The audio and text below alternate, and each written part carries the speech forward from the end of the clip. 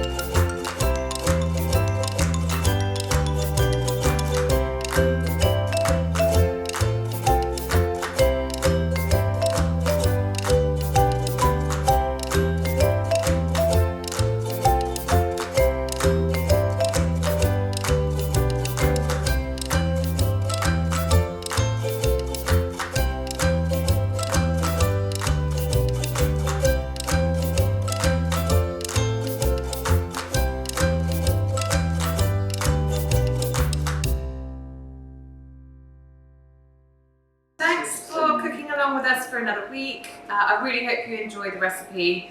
It looks delicious, it smells amazing. I really hope you like it too. I'm going to have a little try. I've got some mango chutney in there and a little bit of yogurt, but you could use raita or any sort of sides that you enjoy. But the sweet potato is lovely and sweet, and all those spices come through beautifully. really, really delicious. Have a great week.